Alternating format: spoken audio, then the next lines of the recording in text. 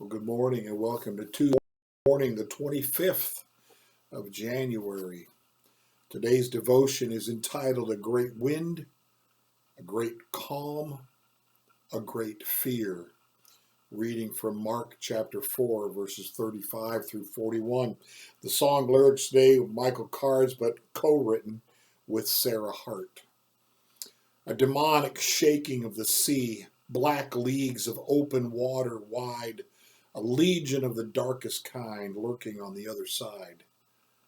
A hand outstretched against the gale, a voice that stills the tempest roar as muzzled death is silenced there by he who calms the storm.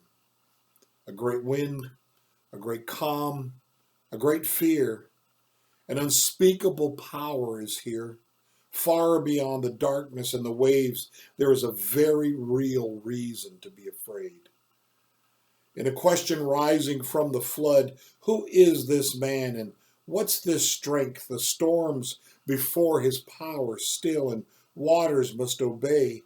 A shivering in the heart of man whose fearful faith is a facade, now saved from fear and dark despair, to know the Son of God. As Mark records the remembrances of Peter from time to time, he exercises some of his own literary muscle, and Mark 4:35 to 41 is one of the best examples. The story of the demonic storm is a good example of the need to ignore chapter breaks in the Bible. They were only added in the 16th century and so should not be regarded as Holy Scripture. Admittedly, they are helpful in finding our way around in the Bible, so that's a good thing, but occasionally they do more harm than good by dividing two stories that should be taken together. The division between chapters 4 and 5 in Mark unfortunately divides into two sections, a story that can be properly understood only as a whole. This particular storm is demonic in nature and not meteorological is seen in the fact that Jesus says to the storm precisely what he says to demons when he exorcises them. Be muzzled.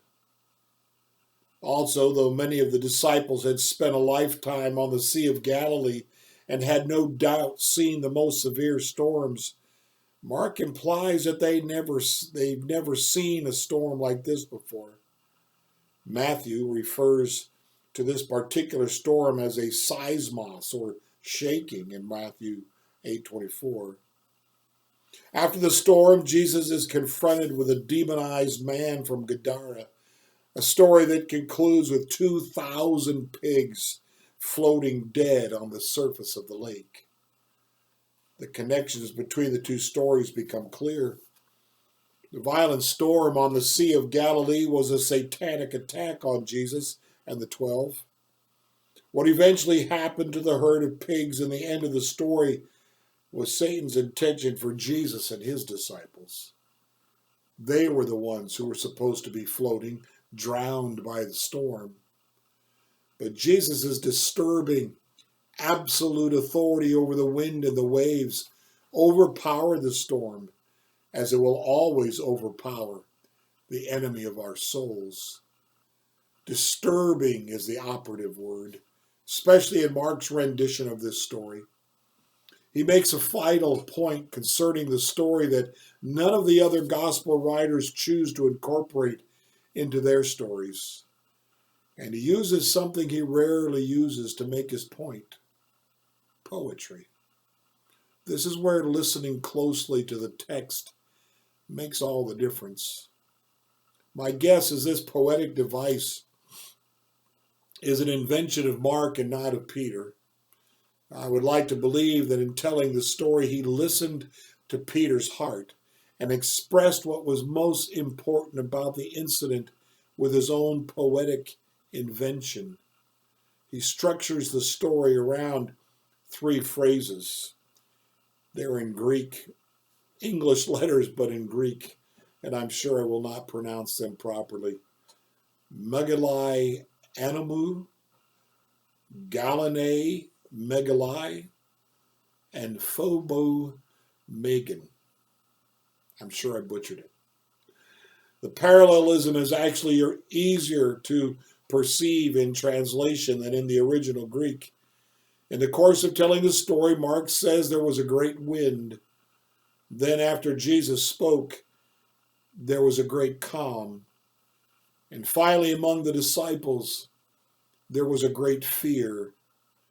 In fearful amazement, the 12 asked one another, "Who is this?" Jesus' authority over the wind and the sea is clearly disturbing to them. The amazing point of Mark's unique telling of the story is that it is not the storm that ultimately frightens the disciples, though indeed they had never seen anything to equal it. What frightened the disciples, according to Mark, is Jesus. And that will not be the only time that Jesus' presence and what he does brings fear to them. They'd been through storms. They could explain storms. What they could not explain was Jesus and his power over them and over the demons when they reached that other side of the lake that day. Far beyond the darkness and the waves, there is a very reason to be afraid. The position of this key lyric is everything, Michael Card says. It comes at the last line, as the last line of the chorus. This song seeks to capture what is unique about Mark's telling of the demonic storm. This single line encapsulates that unique idea. It is not the storm the disciples fear at that moment. It is Jesus. Who is this that has power over the storm? Who is this that has power over the things in our lives?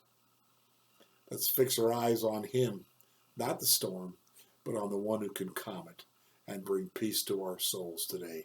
Blessings to you.